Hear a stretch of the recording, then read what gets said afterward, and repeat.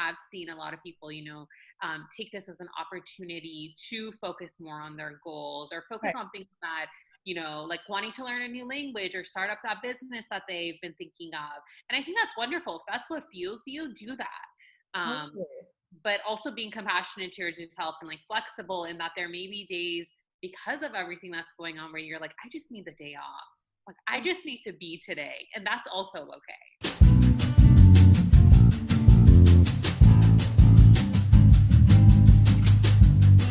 So welcome to this special edition of the Tea On, called the Tea On Live, which is in collaboration with Well World TV, a TV network that is modern and it's sharing educational and inspirational content. So I'm so excited to be doing this with them. And honestly, I feel like, first of all, my name is Jazmin Kylene to introduce, but I really love to have positive conversation and talk about things that matter on this show. And I think that the conversation we're going to have today matters the most right now, especially in this climate. So without further ado, today I'm remotely here with a millennial psychologist specializing in relational wellness, social anxiety, and relationships on and offline, Dr. Sheva Assar. Assar, right? I'm saying your name right? Yeah, that was great. Yeah. Perfect. So how are you doing today? Introduce yourself. I'm hi everyone. Shiva, I'm so excited to be here virtually connecting with you all. And Jazmin, I'm so excited that we're going to be having this conversation about social distancing and just what's going on in our world and like in all of our lives, really. So I'm hoping that it's going to be a helpful conversation. Totally. Yeah. I mean, I feel like with any big change comes big adjustment. And I feel like we're all sort of adjusting and figuring out how to navigate, though temporary, it very much is our reality right now. So I figured that this was just a really important conversation to have. And like, even like just now saying, how are you? I feel like saying, how are you to people now holds such a different weight than it did before. Cause it's like, how are you doing through this? So hopefully with this conversation today, we're going to get to, help people navigate how to be well in this climate. So before we get into the questions, just to preface this, we're going to be talking about social distancing and how to maintain just a fruitive mental health that, you can sustain and keep near to you during this time when we're literally just all kind of figuring out our new normal. And I think I've been seeing people figure it out in a really beautiful way. There's been a lot of like online meditations and a lot of like group fitnesses and stuff that I think is really helping people. So I think we're in the right direction, but hopefully we can give people just some tips and tricks on how to, stay afloat, right? Yeah, no, definitely. And I think I completely agree with you. I do really feel like we're in the right direction. I've seen such a sense of community on social media Yes. like never before, and just like a lot of support. And so I'm hoping those things are helpful to people and they're going to continue. Absolutely, totally. Yeah, but definitely discussing things that will help people in this moment because adjustment can be really difficult for sure. Absolutely. And hopefully some of the things that we adapt to in like right now, I hope that maybe we can maintain them when we go back to normal, because some of them are beautiful, but we'll talk about that. Yeah, for sure. First. So the first question that I have for us to answer is, do you think it's better to maintain your list of goals during quarantine or allow yourself to rest? And the reason why I wanted to bring this up is because when I go on Twitter, I see people really push this like narrative of, we have this time, let's start our businesses, let's get our hobbies going, and like just this pressure to be as productive as we can. And I think there's pros and cons. So I wanted to know your take, just as a psychologist, on how we should navigate that.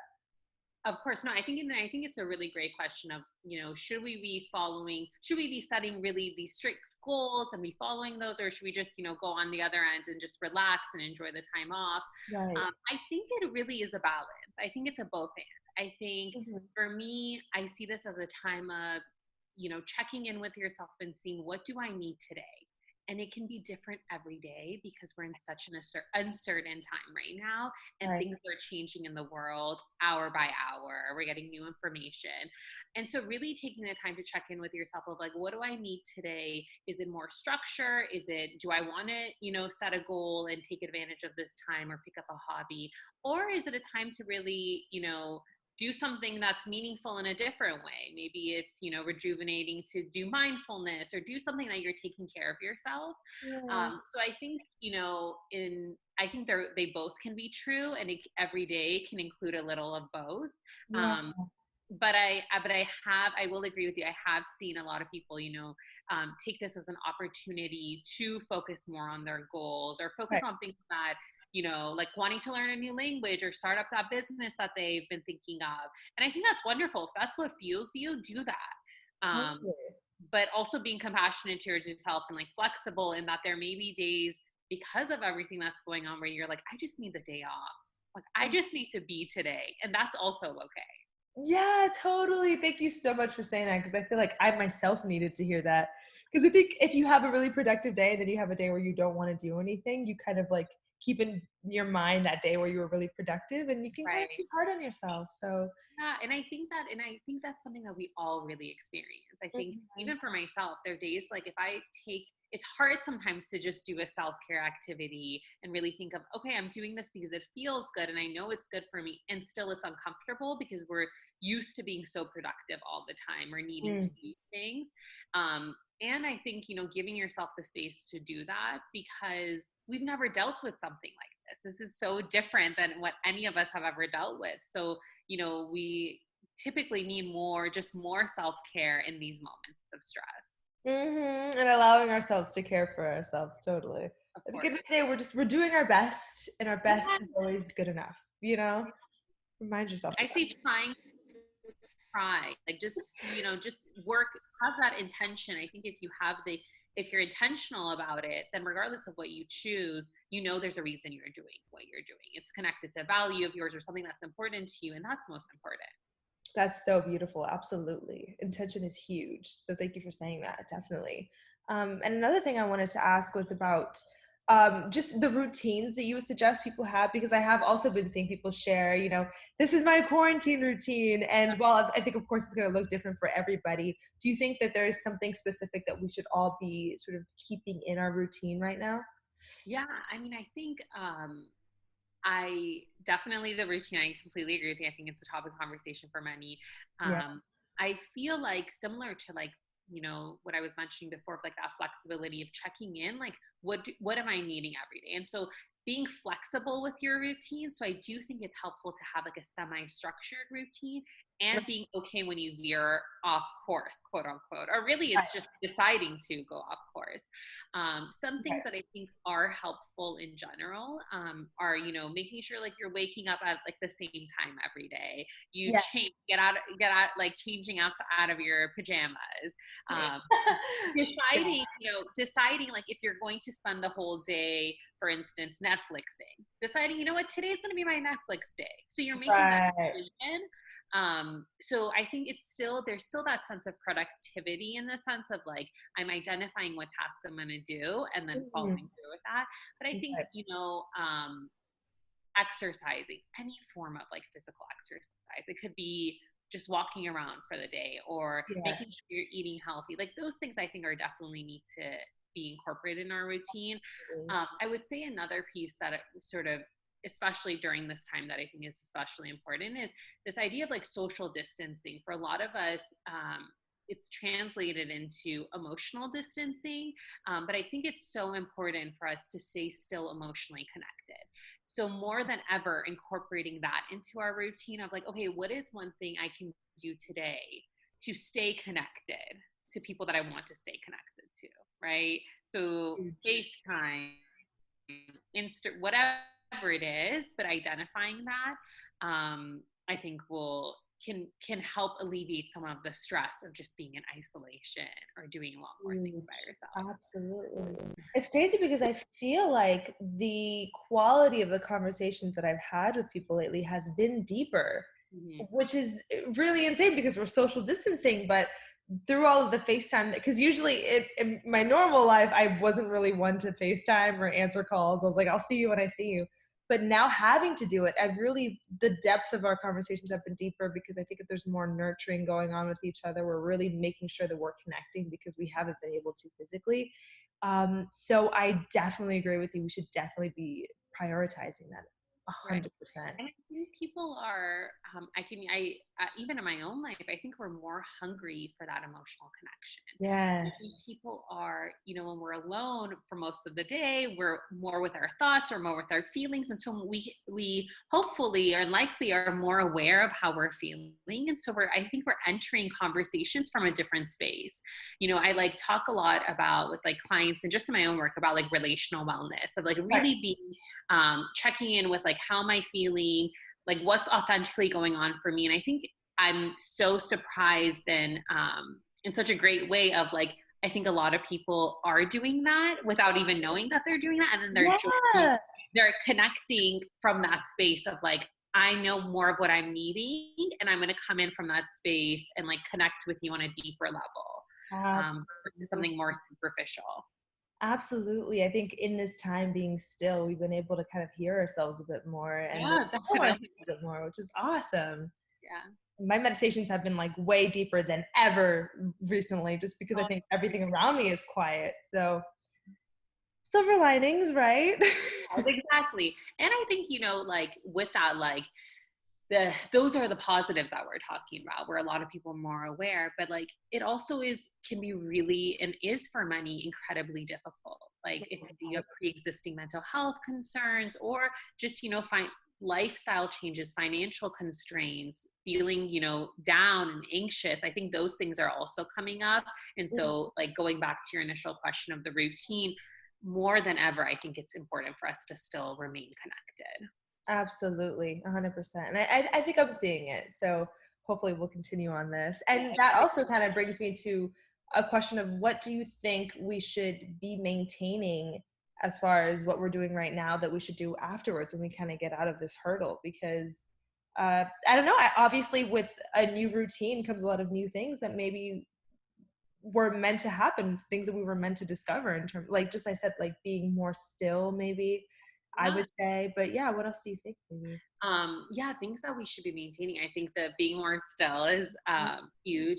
I think, I've noticed, including myself, I've noticed so many people just practice gratitude more now than I've ever experienced, even in my work with clients. I think like we as a community, as a society, are acknowledging and so much more grateful for those things that we would oftentimes never think about, like walking, to the grocery store, going to the grocery store. I Yeah.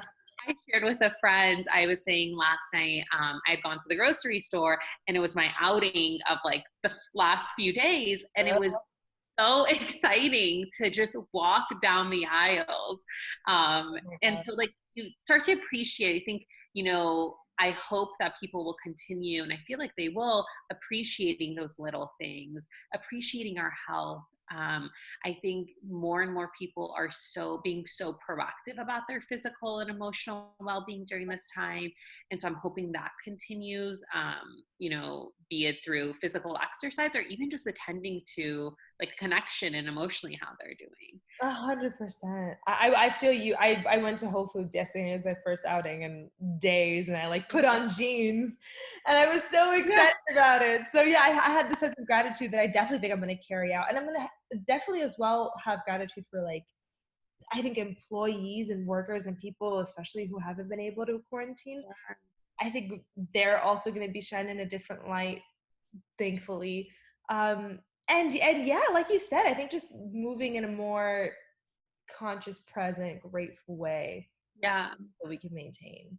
Yeah, and I think also with that, like maintaining that weight, but also like I think this experience has taught us all, if we didn't know that before, how connected we all are. So like Yeah, when you say like employees or people who work at the grocery stores, like I agree with you. I'm so incredibly grateful for everyone who's supporting one another, and I think I'm just so much more aware of how I may be contributing both positively and potentially health wise. Like if I pass something on or whatnot. So we're so connected in more ways than I think we've ever realized. yeah. I think everyone's figuring out how they can offer up their service in whatever way it looks like for them in the situation, which is really Yeah, beautiful. yeah, And you mentioned us being connected, which it also brings me to the next question, because a big reason why we've been able to maintain our connection is through social media. And I'm curious to know your outlook on the role that social media has played in this, and if you think it's been more helpful or detrimental, because I've definitely seen both sides play out. So I'm curious to know your perspective on that. Yeah, I think my perspective is, I mean, I feel like it's again a both and. I think Right. social media has been helpful in the sense that so many people have come together to support one another and provide a virtual community. So Mm-hmm. many mental health clinicians have come together and are offering coping and ways to sort of support yourself during this time. And I think that is so powerful and meaningful that we're able to do that.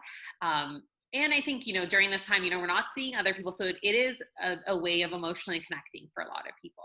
On the other hand, I think that there needs to be a limit to how much our social media consumption in general, even before this time, but especially during this time, Mm-hmm. because there's so much information about COVID right now on social media and on the news that we're like being flooded, and a lot of the information isn't accurate. And so it's quite overwhelming, really anxiety provoking, and it can feel, I think as someone who's taking in that information, you can feel quite helpless of like, what can I do in my scenario when there are all these sort of negative reports and anxiety provoking reports.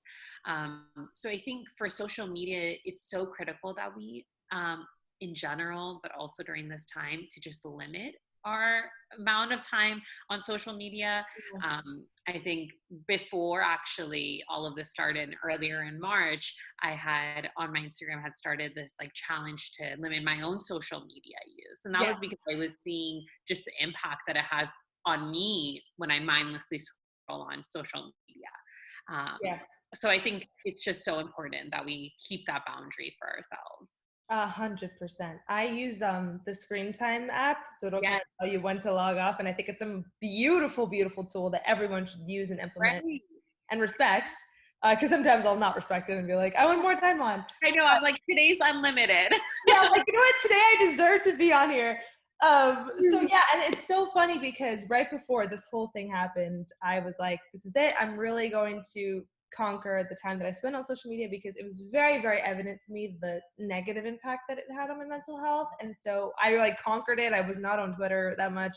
And when I was on Instagram, it was really like intentional. And Mhm. then this whole thing happened, and you kind of like have to be on social media. And it served a beautiful purpose. It's given me opportunities to like do like these online classes and to talk to people. And even the memes have been so helpful and just like a laughable distraction to everything that's going on. But it's also very clear to me that so much of it is fear based, and that a lot of, numbers and statistics are very triggering. So yeah, it's really imperative, I think, that people find the balance and that they monitor what it is that they're consuming as far as social media goes, because it can really tip you over. No, definitely tip you over. And I feel like Yeah. it's, there's so much that we can't control right now. Hmm. And social media sometimes can feel like we can't control the posts that we're seeing or that are coming. And so Yeah. like trying to take little steps to do things that will help us, because I think a lot of times people don't realize the impact of like seeing 5 posts about COVID and how much that may impact their level of anxiety or sense of feeling helpless in that situation. Yeah. So if it's, even if you're on social media to connect with your peers or your social support, maybe hiding some of the news sources like Yeah. their or doing little things that I think make a huge impact, and we just don't realize how much of an impact they make. Absolutely. And I think that'll probably tie into what I think is imperative as well, which is the question of how do we keep our anxiety at bay during a time like this? Because this is we're living in one big trigger. Yes. So yeah, what tips and tricks would you say that you have for people to? Yeah, I think so in addition to what we discussed as far as like limiting social media use, definitely limiting the amount of time you watch the news or hear the news or read, limiting our conversations about COVID. I think when all of this initially happened, I was talking to everyone about what was happening for me, what was happening for them, and that Right. can be really triggering. Outside of that, I would really encourage just people to do, mindfulness, take breaks, do things that we know are helpful, right? Yeah. Take breaks, be compassionate to yourself. I think that that's something that's can be feel so difficult, especially when, we're in a situation that is far from ideal Right. and we're being incredibly impacted, but being compassionate to ourselves to, take an extra day off or to do something different, right? And being flexible with that. I think, in addition to that, exercise is huge in helping Yeah. us, and being creative in that way, because it's hard to exercise, like where, but like doing things that, could be helpful. And then I also, the conversation I have a lot of times with clients is, in this time, it's so uncertain that there's so much that we can't control. And so what can you control? So every day sort of thinking of, what is something I can control when I'm feeling anxious about this, right? Right. What can I do? So for instance, if I'm feeling like anxious about getting getting COVID or whatever, what can I do today that's in my control? Maybe it's, I'm going to continue social distancing, or I'm going to, when I go to the grocery store, I'm going to have more protection. I'm going to wear gloves or whatever. So focusing on the things that we can control. And I would say last thing, and I know this is a lot, but No, please. a lot of times when we're feeling anxious in general or feeling more down, our thoughts become inaccurate. And what I mean by that, we oftentimes engage in really unhelpful thinking styles. And so when we're feeling anxious, we jump to the worst case scenario, right? So we're being bombarded with all this news. We're seeing, people, it is a very serious issue and we should take it seriously. But I think that our minds consistently jump to, well, it jumps from 0 to 100. Well, Yeah.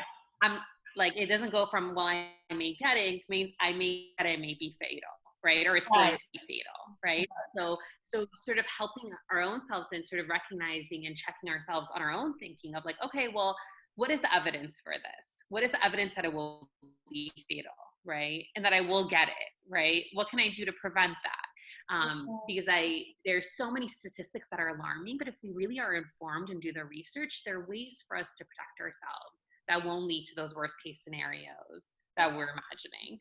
100%. Obviously, we have to remind ourselves that we're seeing the news is sort of putting more in the forefront the bad side of it as opposed to all the recoveries and the good side of it. So we do have to remind ourselves that we are kind of seeing the worst of it. Yeah, we're seeing the worst, and also it makes sense that we're all scared and concerned, and it is Yeah. anxiety provoking. And even if it happens, like there are a lot of people who do get the invite and they're still coping, And they're right? fine. Yeah, 100%. So Totally. thinking of those situations as well. Yeah, absolutely. Keeping the best case scenario in mind. Yeah. And I think that also ties with like your inner dialogue and making sure that you're affirming just positivity. And that's how eventually your environment will reflect it. I know keeping my anxiety at bay, as I mentioned before, meditating has been huge for me. Um, oh, sorry. I thought you cut off and I was like, no. Also keeping my yoga practice steady has been huge, as well as like obviously I exercise a lot before this. So like now that I haven't been able to go to my classes, I felt a kind of way and I felt, very disconnected. And I did like dance class every week. And so it was super sad for me to not be able to do that. And then I realized if you go on YouTube and you type in hip hop classes, they have them available. And And so it's been amazing to just like have that piece of like my normality in my own living room again. So I would say I would encourage to, look for those substitutions that will make your mind feel more at home.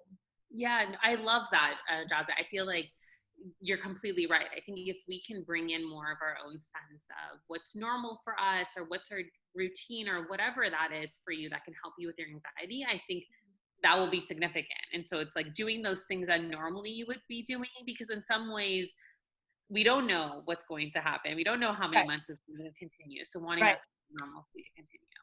Absolutely. I totally agree. And I know a lot of people are more susceptible to anxieties, and there are people who are more empathetic, people who are more sensitive. So I wanted just to ask specifically for people who are empathetic and do tend to absorb negativity and just things that will maybe kind of make them spiral. Just if there's anything specific, and maybe it's the same exact advice, but if there's anything specific for people who maybe do struggle more with being able to like protect themselves in that manner. Yeah, of course. I think for people who are more empathetic or more sensitive and they take in just like they go into a room and they take in that energy, I Right. think it's so important to sort of set boundaries, right? So that Mhm. is so incredibly hard. And it's Yeah. so important. But setting boundaries, because I think oftentimes when you are more sensitive, you Mhm. may be in the role of taking care more of others and wanting to be there for others, and at times at the expense of your own self. Mhm. And this is a time that's trying for a lot of people and all of us, really. And so setting those boundaries of checking in with yourself, like, okay, what do I need? What can I do today? Like, am I able to help someone? Right. So taking those steps before you like agree to helping someone or doing something for someone. So setting those emotional boundaries.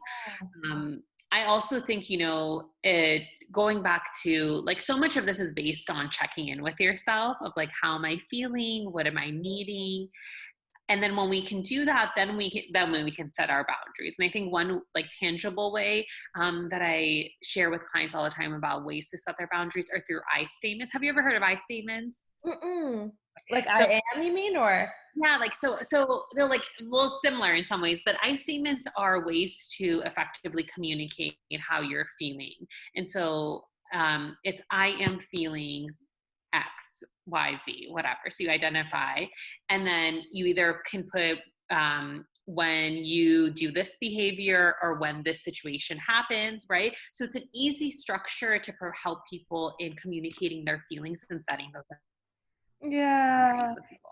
Oh, I love So that. I think that could be one way to do that. I also think we talked about self-compassion, but I think especially with this group, it's so incredibly important to be self-compassionate, because someone who's more empathetic, or what we would call like an empath, has a tendency to want to go towards other people and help them. So they may not be able to do that, and that may actually not be the best thing for them to do, both for themselves individually, but also for the other person. And so being compassionate for themselves, that they won't be able to do what they typically would. Absolutely. I think the word selfish is frowned upon, but sometimes you need to kind of tap into that energy and say, I'm gonna, think about myself right now and put the caretaker role down for a second, because Yeah. you need to know when it's time to take care of you. You know what I mean? Yeah, of course. And I think even with selfish, it's like, I think knowing your intention, like, why am I being quote unquote selfish? I mean, I don't see it as selfish, but like, why? And I know though that it can feel like that for many, but Right. why am I deciding to do that? Like, what is the intention behind that? And if I think we can identify the intention, it's easier for us to digest in some ways, right? If we know, like, I'm doing this because if I don't, I'm going to feel worse, or I'm going to whatever, then it makes it easier. 100%. And hopefully to sort of tie this in with something that is positive, which obviously I think this whole conversation is a positive conversation, because at the end of the day, taking care of yourself is the best thing that you can do for yourself. You know what I mean? So it's just kind of tips and tricks on how to do it now. But how do you think when all of this is over, how do you think we can positively shape the way that we socially interact and the way that we look in our, because obviously I think we're going to be changed for Yeah. sure, and we're going to have more gratitude and everything, but how do you think that we can take care of ourselves a bit better coming out of this, and really just, I don't know, be a society that is more self-aware and emotionally present? I It's think a this loaded question, I Yeah, apologize. it's a big question. I'm trying to think. So the question is, so how can we, how will we be socially changed? How can we take care of ourselves socially? I think, I, I mean, I think I agree with you. This is one of those experiences that I'm like, I don't think we'll ever return back. Right, And which that's not a is a negative good thing. thing, basically, is Yeah. my thing. Yeah. Like, I don't know, it will be so impacted, and it's been such a, just powerful and life-changing experience for everyone. I think that a lot more people are going to socially engage than before. And I think a lot of even my own thoughts about social media and social engagement, where I was typically wanting people to do more in vivo engagement.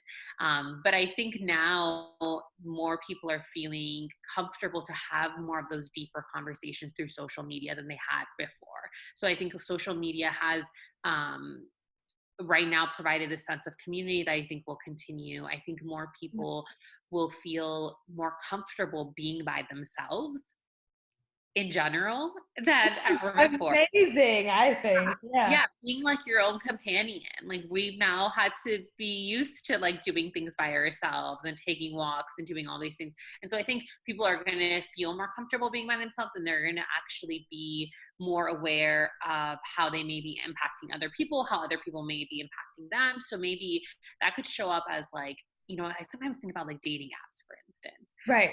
I wonder, I know dating, their apps are huge right now because so many people are doing social distancing. And so that's their Right. main Yeah. way of connecting.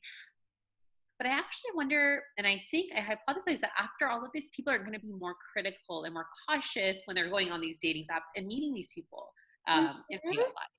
Because I think we're all more aware of how fragile we all can, as a society, are to different things that we're not aware of, but also how much other people and we can impact other people.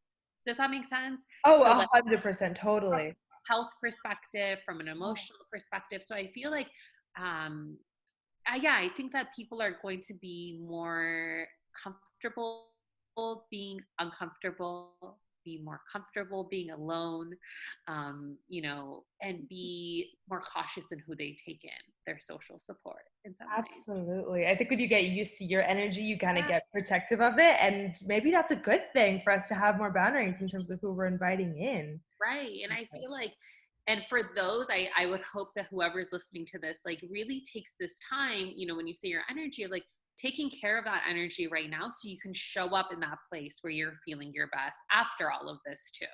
Absolutely. So really doing things to take care of yourself emotionally, because, you and we've talked a lot about the positives that can come through like social distancing, Yeah. and some challenges. And I think that if there is someone who's really struggling, to reach out for support, to do things to Yeah. take care of yourself in this moment, and the resources are there. Like more than ever, there's so much on remote Mhm. services. Even for therapy, there's like telemedicine, there's teletherapy. So if you need the support, reaching out. But I think that's going to also be the new future. I think after this, more people are going to be doing more visits and work online and Yeah, connecting. 100%. I've been FaceTiming my therapist every Tuesday, and it's just been the most like, it's just been a beautiful, beautiful way to keep me afloat. And that's funny because I was going to ask you if there were any like last maybe tips and tricks that you had just on how to stay healthy, but I think that is a huge one. I think reaching out and calling your friends or calling whoever you think can help you, just even if you want to just vent or just talk about, this is why I'm frustrated today, and yesterday I felt good and today I feel like I want this to be over. It's important that you show up for yourself and that you vocalize how you feel, I would say. Yeah, for sure. I think reaching out to your support, reaching out if you're, if you're finding like, hey, it's hard for me to do day-to-day things. I'm feeling more down or more anxious than usual. Reaching out to a therapist, reaching out to someone in your community, whatever it is, but definitely reaching out. I think also keeping in mind that I feel like all of us will go through in some ways a roller coaster of emotions while Yeah. we're social distancing. So we may be frustrated, isolated, sad, anxious, whatever it is, and sort of being, compassionate with yourself, checking in with yourself, making sure you're relationally well. Like, I know how I'm feeling. I know what I need to do, and being authentic in that, I think, is so important, because I feel like it can be life changing. If we authentically know what we're experiencing and can express that, then like it's a world of possibilities as far as what help would look like, or how our life could change. Absolutely. You're totally right. And like you said, it's going to be different every day. No path to any sort of healing or anything is linear. So you're going Yeah. to go up and down. And I think it's important also to note that like everybody feels the way that you do. Like nobody is like, this is something that's so new that we're all figuring it out and we're all doing our best, and our best is always good enough. I always say that, but Yeah. And our best every day may look different. yeah. So your best today looks different than tomorrow. And so I think keeping that in mind, of like, we just striving towards that intention and taking care of ourselves. And I think that's the best we can do. That's the best we could do. Totally. Thank you so much for sitting down and talking with me from afar, because we're social distancing. Because we're Yes. Um, and also we're in different states, which brings me to, please go ahead and promote everything that you want to promote, because I think anybody who has an opportunity to work with you in person once they can, if they can, should, because you are incredible. Oh, thank you so much. And thank you so much for having me here. This was, Of course. I really enjoyed just seeing you virtually, meeting with you, and just having this conversation. So I am a licensed clinical psychologist. I'm here in Southern California. I specialize in relational wellness. And so I work with a lot of millennials and college students and young adults around being just more attuned to how they're feeling emotionally, what's going on for them, what they're needing, and also having relationally well and authentic connections outside. So both in your relationship with yourself, but also your relationship with other people. And I also specialize in social anxiety and self-esteem. And so if you're wanting to learn more, I just recently started also an Instagram where I'm like providing just some education about these areas and hoping to connect more virtually with people. And so it's my Instagram handle is Dr. Sheva.